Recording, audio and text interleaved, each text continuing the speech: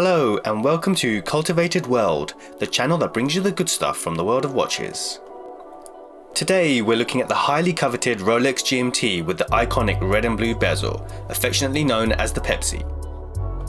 We'll be discussing a brief history of the watch as well as some of the amazing technological advances that have brought us here today.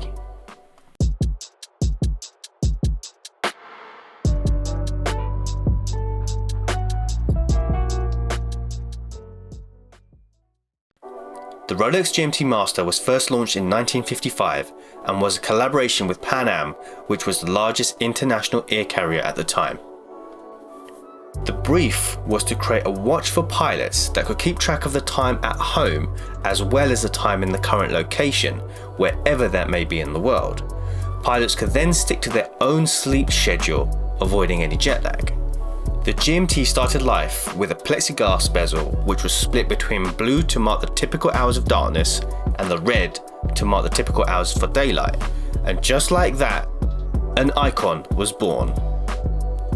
Since its inception, Rolex has made continual improvements to the GMT Master, which have led us to the very watch we have here with us today. This is the model reference 126710BLRO and was launched to much fanfare in 2018. After such a long hiatus of the red and blue GMT in steel, the hype was real, with some reports suggesting that the watch was exchanging hands for 2.5 times the retail value when it was first launched. With the supply of the red and blue GMT falling far short of demand, this is one of the most difficult watches to find. This is reflected in the grey market value, which is about 2 times the retail price, and that's even considering recent world events. We can only speculate as to what will happen with the values in the future. What do you think will happen? Will the values stay as they are, or do you think that the values will even go down? Let us know in the comment section below. It would be easy to say that the red and blue GMT is simply the same as the recent black and blue bezel GMT. Rolex saw some low-hanging fruit and simply just changed the colours of the bezel. After all, the dial is the same with the white gold hour markers and hands. The lugs are brushed and the sides of the case are polished, just like the black and blue version. The bracelet is the same 5-link Jubilee design, which is extremely comfortable and features the same safety clasp and easy link function. The movement is the same in-house COSC certified caliber 3285 with an impressive 70-hour power reserve. The functionality is the same with the jumping GMT hour hand and the rotating bezel. So why is the red and blue Cerachrom bezel such a big deal? Well, Rolex first introduced the ceramic bezel in 2005 on the 18-karat yellow gold GMT Master. Ceramic was a significant upgrade from aluminium for the bezel. It can be highly polished to achieve a lustrous glossy finish, and despite this, it's virtually scratch-proof. It is also unaffected by UV rays and will not fade over time. Some may see this as a negative, as it will not age as you wear it, losing some of that charm associated with a pre-loved timepiece. If you're looking for a GMT with an aluminium bezel, Tudor has the answer for you.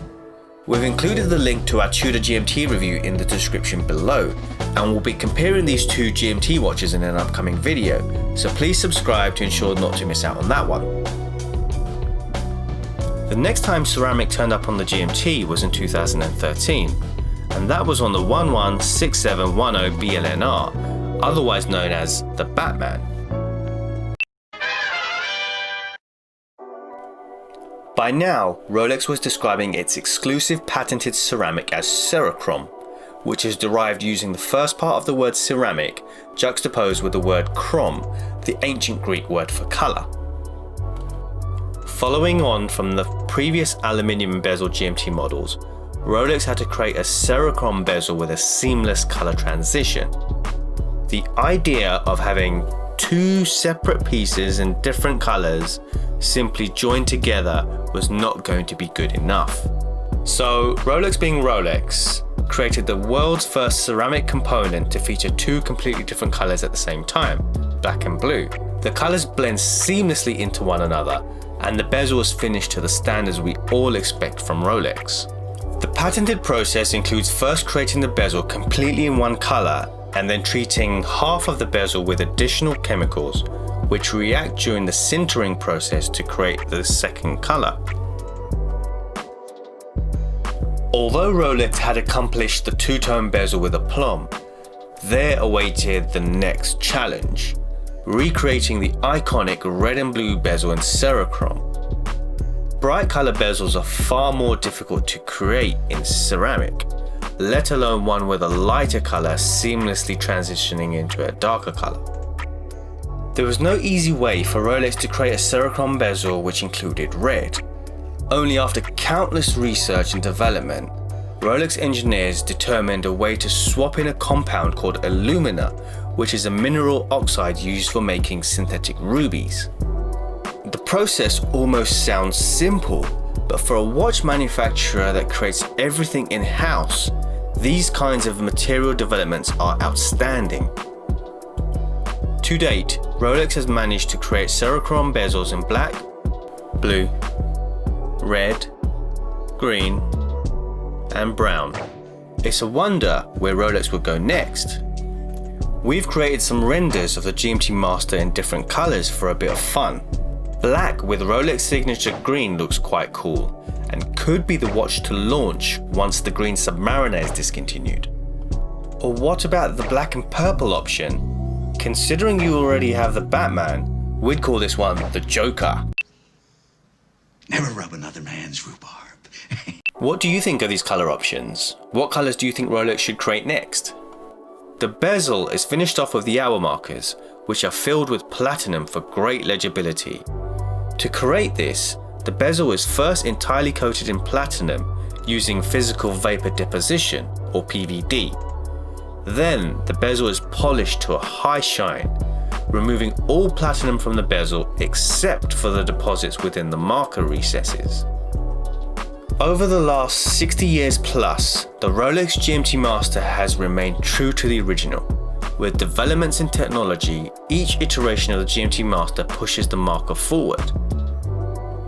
From the addition of crown guards, upgrading plexiglass to sapphire crystal, the introduction of the independent hour hand, and lastly, the bezel going from plexiglass to anodized aluminium to Cerachrome.